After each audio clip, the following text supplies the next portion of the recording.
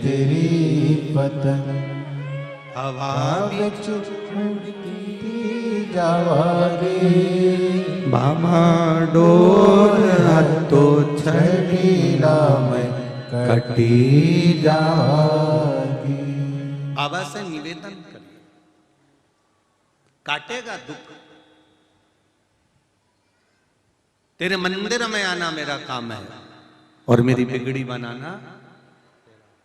हम चले जाएं उसकी चौखट पर, हम चले जाएं उसके दरवाजे पर, फिर वो दुख काटे ना काटे ये उसके ऊपर है,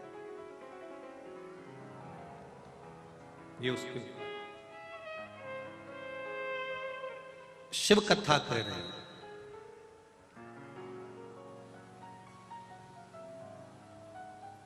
भगवान का भजन भय से मुक्त होकर करिए। भय रखकर कभी भगवान का भजन मत करना। कोई तुमसे कह दे ऐसा नहीं करोगी तो तुम्हें तकलीफ हो जाएगी, तो ये भय वाली बात है, इसको भय कहते हैं। ये भय वाली बात शिव महापुराण नहीं कहते। कई लोग कहते हैं अगर हम इन भगवान का पूजन छोड़ देंगे और इन भगवान का पूजन करेंगे तो भगवान को बुरा तो नहीं लग जाएगा। मतलब तुम्हारे हृदय में कहीं ना कहीं भय लग रहा है, तुमको तुम्हारे हृदय में कहीं ना कहीं भय समाया हुआ। भय से कभी भगवान का भजन ना करिए, भय से भगवान का भजन नहीं हो सकता। एक बहुत सुंदर बात है, जब आप ट्रेन से सफर करते हो, परवड़ी में स्टेशन है, रेलवे स्टेशन है ना, जब आप ट्रेन से सफर करते हो तो ट्रेन से सफर करते करते मान लो जल्दी जल्दी में आपने टिकट नहीं लिया और आप ट्रेन में चढ़ गए, ट्रेन में आप बैठ गए और आपने टिकट नहीं लिया।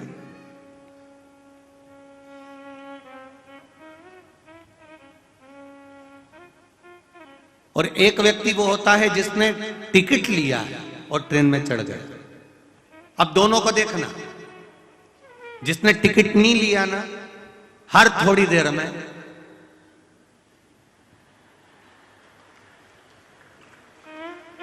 थोड़ी थोड़ी देर में उसको स्मरण रहेगा, थोड़ी थोड़ी देर में वो देखता रहेगा।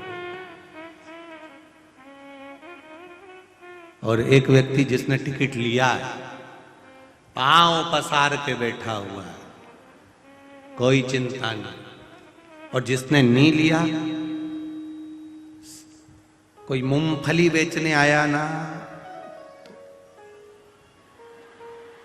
तो क्योंकि टिकट नहीं लिया ना, इसीलिए तकलीफ है। अगर वो टिकट लेके बैठ जाता ना तो इतना उसको घबराना पड़ता क्या? नहीं। जिसने टिकट लिया, भले वो 25 रुपए का था, 50 रुपए का था, पर उसने लिया, शान से बैठा है, पानी की बोतल खोल के पानी भी डकार रहा है, 4 पराठे लेके गया था वो भी खा गया, बिस्कुट भी खा गया, बेफिक्र, क्योंकि टिकट लेके बैठा हुआ।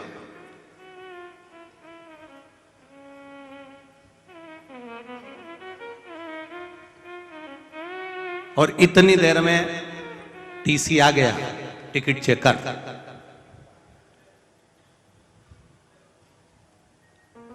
जिसके पास टिकट था उसके पास पहुंचा, लाओ टिकट दिखाओ, ये लो। वो तो आराम से मूंगफली खा रही है, देख ले तू ही देख। उसने साइन करा, बैठे लो, उसने कुछ नहीं बोला, बस केवल एक कलम हिलाई, चल दिया। अब इसके पास पहुंचा, टिकट सर, जल्दी थी, बहुत जल्दी में था, भीड़ बहुत थी, ट्रेन आ गई थी, मैं टिकट नहीं ले पाया। सब सच बोला तो भी टीसी, चल 500 रुपए निकाल दे। वहां से चला था, वहां से जहां से ट्रेन चली वहां से लेकर जहां जा रहा है वहां तक का पूरा टिकट का पैसा उसने ले लिया। केवल 25 रुपए का टिकट था और 500 रुपए देना पड़ गए। केवल 10 रुपए का टिकट था और 84 रुपए देना पड़ गए, केवल एक टिकट के चक्कर में। अगर वो 10 रुपए का टिकट ले लेता तो 84 रुपए का टिकट उसको नहीं भुगतना पड़ता। उसी तरह ये शिव महापुराण की कथा और ये एक लोटा जल है, ये जल नहीं, ये तुम्हारा टिकट है। जिसने ले लिया वो आनंद से रह रहा।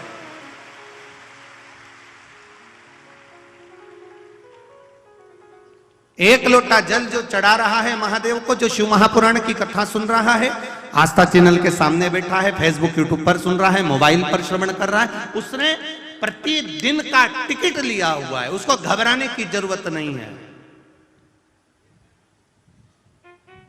जिसने बहाना बनाया है। परवड़ी में कथा थी, क्यों साहब तुम्हारे गांव में कथा हो रही है, कथा सुनने नहीं गए? अरे साहब बस पूछो मती, इतना फैला रहा, इतना काम, इतना काम, इतना काम।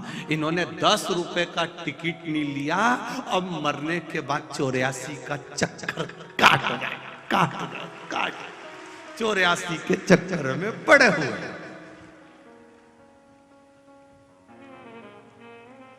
दोनों की दुकान पास में थी, आपकी भी और पड़ोसी की। जो बहाने बनाने में लगा रहा वो 84 के चक्कर काटता रहा।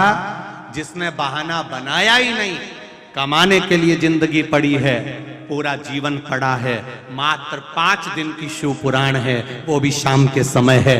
लाख लगाया, पहुंच गया कथा में और बैठ गया कथा को सुनने के लिए, बैठ गया सेवा करने के लिए। उसने सोच लिया था 5 दिन की कथा है, शाम को इतनी गिराकी भी नहीं होती, मेरे को बस बाबा का भजन करना है। 5 दिन अगर मैंने उसको दे दिया तो ये निश्चित है कि मेरा रिजर्वेशन पक्का हो गया, फिर मुझे टेंशन करने की जरूरत नहीं। निश्चित बेफिक्र।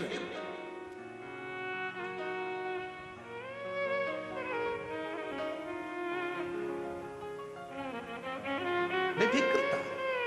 राजा भर्तरी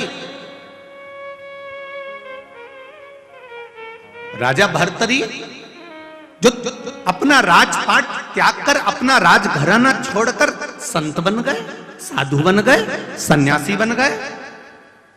राजा भर्तरी स्वयं एक ऋषि का रूप धारण कर लेते। एक बार देवाधिदेव महादेव माता पार्वती के साथ भ्रमण पर निकले और भ्रमण पर निकलते निकलते भर्तरी को देखा तो पार्वती जी आश्चर्य में पड़ गई। कितना तप है इसमें, कितनी साधना है इसमें, कितना तन पर भस्म रमाया हुआ है, जटा जूट बांधा हुआ है, और मस्तक पर चंदन लगाया हुआ है। कितनी कितनी तप मुद्रा है, कितनी साधना है, कितना तप है, कितना तप है।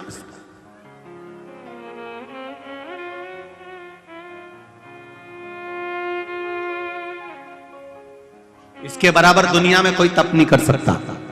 देवाधिदेव महादेव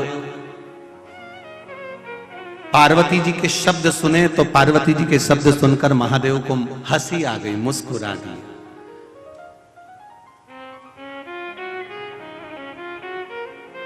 ये माताओं की थोड़ी सी आदत होती है, किसी के घर के भी पर्दे देखकर आकर्षित हो जाती है।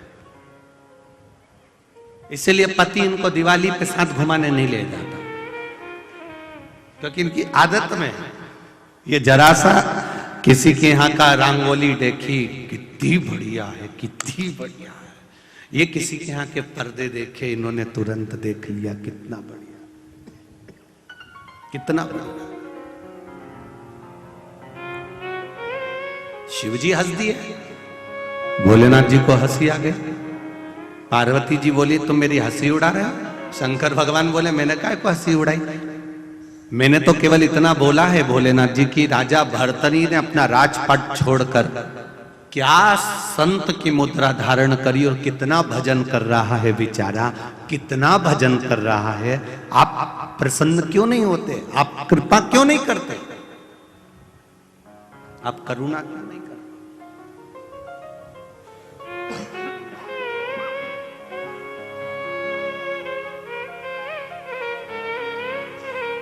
आप थोड़ी कृपा करिए ना इस पर, आप थोड़ी करुणा करिए ना इस पर। भोलेनाथ जी बोले, भर्तरी की अभी थोड़े से समय की तपस्या तुम्हें तपस्या लग रही है?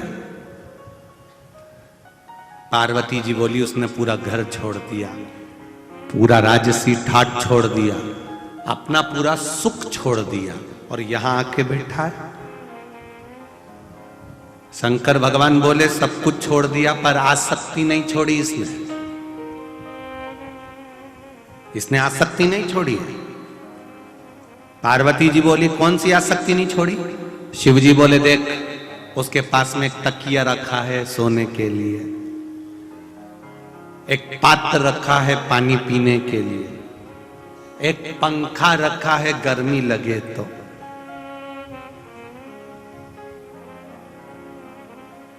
पार्वती जी ने कहा, यह आसक्ति है? शिव जी बोले, हाँ, जब इसने सब कुछ छोड़ दिया तो पंखे को काय को रख रखा? कुछ छोड़ दिया तो पानी का पात्र क्यों रख रखा है? जब इसने सब कुछ छोड़ दिया तो तकिया क्यों रख रखा है?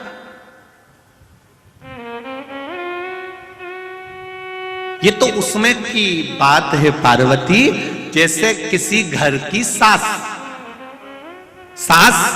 हमेशा अपनी बात में कहती रहती है, मैंने तो जब से बहू आई सब कुछ छोड़ दिया, मैंने तो जब से बहू आई सब कुछ छोड़ दिया, मैंने तो बहू आई तब से सब कुछ छोड़ दिया। पर चाबी एक सास बहू में बहुत प्रेम था, इतना प्रेम सास बहू में, इतना प्रेम कि दोनों एक दूसरे के बिना रह ही नहीं, इतना प्रेम था।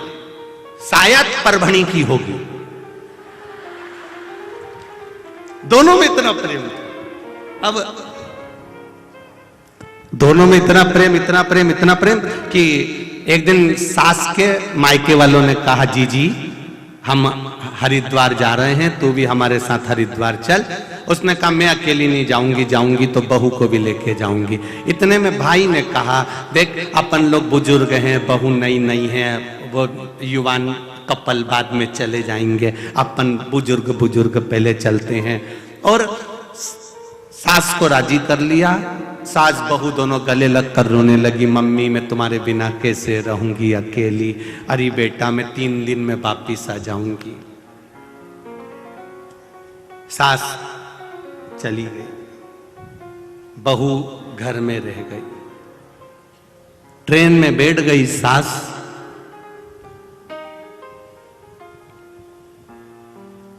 और ट्रेन में बैठकर सास थोड़ी आगे निकली तो उसको याद आया कि मेरी अलमारी की चाबी तो लगी की लगी रह गई।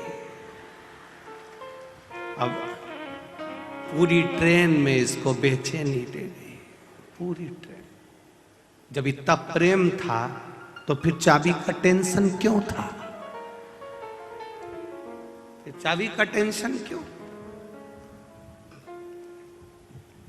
दूसरे दिन बहू मन में विचार करी, मेरी सास हरिद्वार पहुंच गई होगी, गंगा नहा रही होगी, मैं भी कितनी पापन कि मैं हरिद्वार नहीं जा सकी, गंगा नहीं नहा सकी।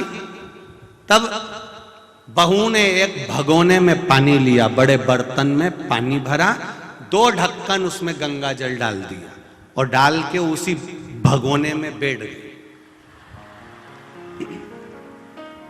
बैठ के पानी डालने लगी।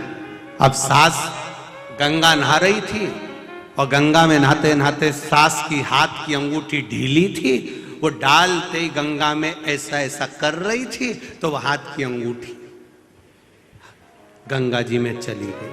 अब एक तो चाबी का टेंशन, ऊपर से वो जम के तो बोलो अंगूठी का टेंशन। अब 2 टेंशन हो गए। अब गंगा नहाने में मन नहीं लगे उसका।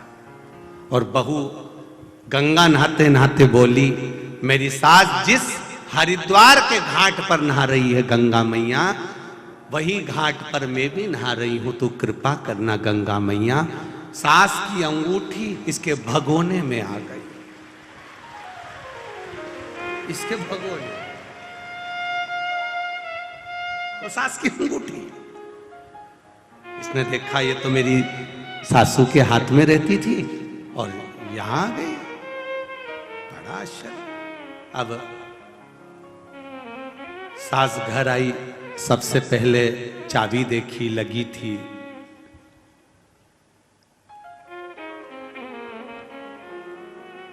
बहू के हाथ में अंगूठी देखी। सास ने पूछा, बेटा ये अंगूठी तो मेरे हाथ की है, तेरे पास कैसे आ गई? बहू ने कहा, मैं आप गंगा जी नहा रहे थे तो मैंने भगोने में पानी डालकर 2 ढक्कन गंगा जल डालकर गंगा जी से कहा, जिस घाट पर मेरी सास नहा रही है उसी घाट के नहाने का पुण्य मुझे मिले। मैं उस घाट पर नहाने का पुण्य मांग रही थी, मुझे क्या मालूम था कि आपकी अंगूठी गिरी हुई मेरे भगोने में आकर रखा गई और वो अंगूठी मुझे मिल गई। सास ने बहू को गले से लगा लिया कि हरिद्वार नहाने का फल जो मुझे मिला उससे दुगना फल तुझे केवल गंगा जी का स्मरण करने से प्राप्त हो गया। मन चंगा, जम के बोले तो कटोते में। मन चंगा है तो कठोते में गंगा है, ये निश्चित है।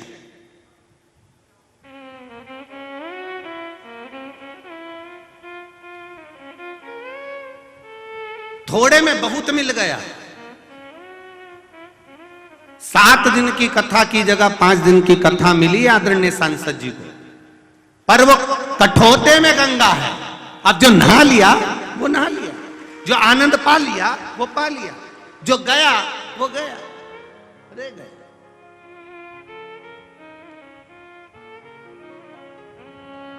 हम जा रहे हैं गंगा नहाने के लिए, हम जा रहे हैं भगवान की कथा सुनने के लिए, हम जाएं शिव महापुराण की कथा सुनने के लिए। हम हर एक व्यक्ति से कहते हैं यहां भीड़ बढ़ाने की जरूरत नहीं है, तुम्हारे मन में विश्वास पक्का हो कि शिव मेरी सुनेगा।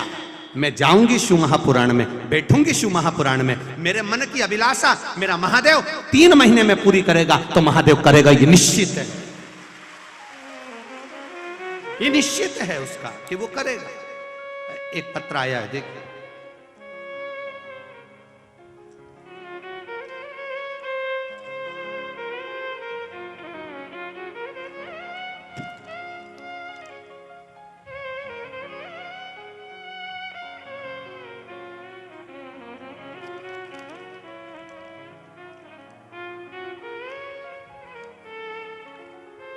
मीठी वाली चिरौंजी के दाने से श्री शिवाय नमस्तुभ्यम लिखा है, खा लूं। अब इसको लिखा है तो फिर इसको करना क्या है, बाद में निकाल के। मेरा नाम कलावती अंबलगे, मैं महाराष्ट्र जिला बीड़ अंबाजोगाई की रहने वाली हूँ। कहीं बैठी हो तो हाथ हिलाइएगा, आप ही दोनों हाथ हिला दो एक बार। श्री शिवाय नमस्तुभ्यम। भोले की कृपा का क्या बखान करूं गुरुदेव। मेरे भाई का बेटा 4 साल से सरकारी नौकरी की तैयारी कर रहा था, लेकिन हर बार 1 या 2 नंबर से रह जाता था।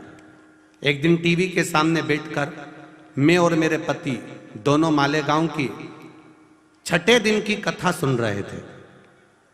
मालेगांव की जब 6ठे दिन की कथा सुन रहे थे तो कथा श्रवण करते समय मैं अपने पूरे दिल से हाथ जोड़कर मेरे पति से एक बात मैंने कह दी कि गुरुजी तो इतना टीवी के सामने कहते हैं कि 3 महीने में बाबा सुन लेता है, 3 महीने में बाबा सुन लेता है, और कहते टीवी के सामने भी बैठकर बोलो तो वो सुनता है। आज मैं भी प्रैक्टिकल करके देखती हूँ और अपने भाई के बेटे के लिए मैंने वहीं पर प्रार्थना करी और कह दिया कि मैं पशुपति व्रत करूंगी, बस उसका जॉब लग जाए, सरकारी नौकरी लग जाए। बस 1 दिन की कथा पूर्ण हुई, 7वां दिन पूर्ण हुआ, उसके बाद मैंने पशुपति व्रत करना प्रारंभ करा। पहला सोमवार पूरा हुआ और उसका फोन आ गया कि मेरा सरकारी जॉब लग गया। ये शिव है, ये शंकर। खुश बैठिए। श्री शिवाय नमस्ते। शिव तत्व होता ही ऐसा। भगवान शंकर की करो, आप क्या देगा वो? आपका विश्वास। अगर हम कहते हैं भीड़ बढ़ाने की जरूरत नहीं, आप तो अगर कथा में आए हो, शिव महापुराण की कथा में पहुंचे हो, तो तुम्हारा विश्वास दृढ़ हो, तो कथा में जाकर बैठो तो सुनो। और अगर कथा में जाकर बैठकर अगर आपने कथा का रसतत्व ग्रहण कर लिया, तो जीवन की सार्थकता अपने आप प्राप्त हो जाए, अपने आप।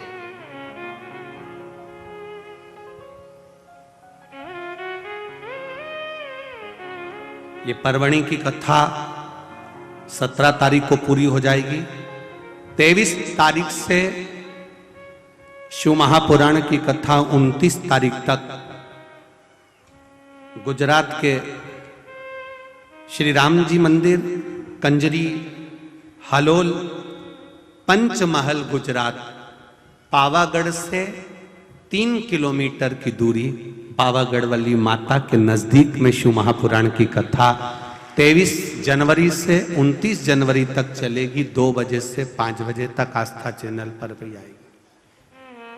कई लोगों ने पूछा, गुरुजी वो कथा आप श्री राम शिव महापुराण की कथा बाच रहे हो? हमने कहा उस कथा में केवल हमको ये जानना है कि शंकर भगवान अयोध्या से लेकर लंका तक गए, और अयोध्या से लंका तक के बीच में शंकर भगवान की स्थापना भगवान राम ने कितनी बार शिवलिंग का निर्माण करा, कितनी बार उन्होंने पूजन करी, कितनी बार उन्होंने जल चढ़ाया, कितनी बार शंकर भगवान की स्थापना पूरे राम पथ गमन में, राम जी को चलने में कितनी जगह पर भगवान राम ने शंकर जी की आराधना करी। उस 23 जनवरी से 29 जनवरी तक की जो कथा है पावागढ़ की, उस कथा का रसतत्व वहां श्रवण कर कर अपने जीवन को सार्थक करना। मिले मौका, प्राप्त हो मौका, सुनो, कथा का रसतत्व ग्रहण करो, कथा के रसतत्व को धारण करो। मिले मौका, उसको अपने जीवन में उतारने का प्रयास करो।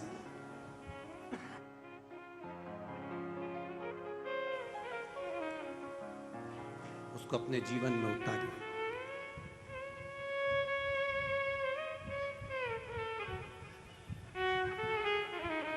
पार्वती जी ने कहा, भोलेनाथ जी आप कह रहे हो कि भर्तरी की आसक्ति नहीं छूट रही।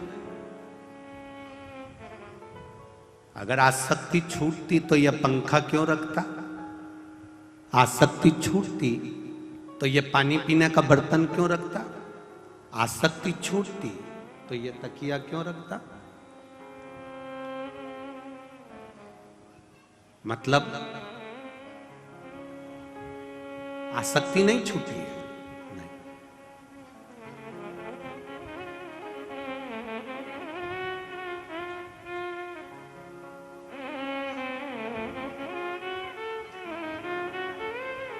महाराज, हाथ की भाग्य की लकीरें इस हाथ की मुट्ठी में हो सकती है। आप इन रकीलों को काबू कर सकते हो, पर भाग्य पर काबू कर सकते हो क्या? नहीं। हाथ की रकीलें मुट्ठी में रखकर तुम रकीलों को काबू कर सकते हो, पर भाग्य को काबू नहीं कर सकते। भाग्य को काबू केवल जिसने भाग्य बनाया है, मेरा महादेव, वही कर सकता। उसकी शरण में जाकर, उसके चरणों में पहुंच, उसकी शरणागति ग्रहण कर, उसके चरणों में पहुंचकर उसको नमन कर। हाँ, उसके चरणारविंद को पकड़ते हैं तो हमें सुख का अनुभव होता है। बहुत शिव महापुराण के कई बातों का बहुत विरोध होता है। आदरणीय सांसद जी, हम लोग कई बार कथा करते हैं तो उसमें कई चीजों का विरोध लोग करते हैं कि शिवलिंग जैसे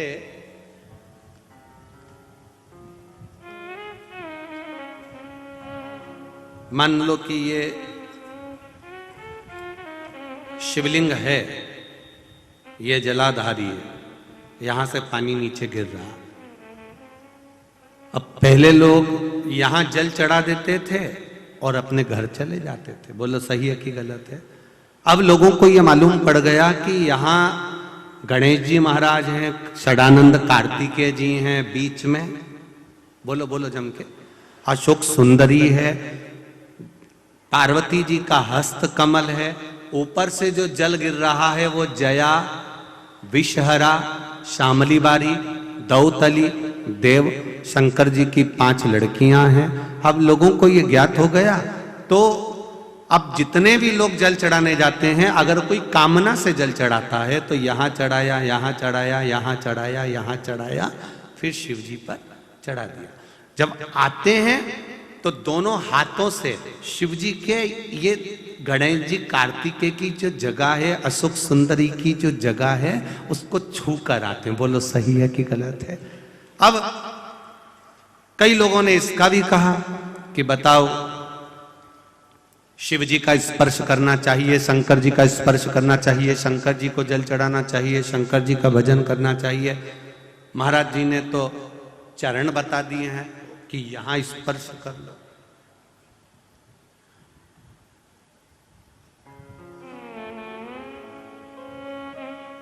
पहले के लोग तो केवल शिवलिंग को जल चढ़ाते थे, स्पर्श करते थे।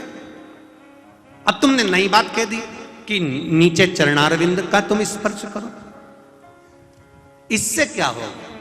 तो हमारा उनसे केवल एक निवेदन है कि पहले जो ट्यूब आते थे, ये लगाने का क्रीम होना आता था, सारा सामान आता था, तो ऐसे चौड़े मुंह की डब्बी आती थी। बोलो सही है कि गलत है? ऐसे चौड़े मुंह की डब्बी, अब ऐसे डब्बी को खोलो, उनमें से ऐसा निकाल, ऐसा हो, ठीक है, और डब्बी को वापस बंद कर दो। अब आज का जो नया जमाना है, उसमें चौड़े मुंह की डब्बी नहीं आती, ऐसा लंबा सा ट्यूब आता है। फिर उसको क्या करना पड़ता? खोलो और नीचे से उसको दबाओ, और जब नीचे से दबाया तो वो झट से निकली ना, बाहर आए ना, फिर उसको पोत लिया। मतलब इससे ये सीखना चाहिए कि नीचे से दबाओ, मतलब चरण पकड़ लो तो चाबी का गुच्छा तुम्हें आसान। अब लोग पहले के जमाने की बात आज तक लेके बैठे हैं। ये सब सास का गला पकड़ के बैठे, ससुर का भी गला पकड़ के बैठे। शिव पुराण कह रही है चरण दबाओ, दबाओगे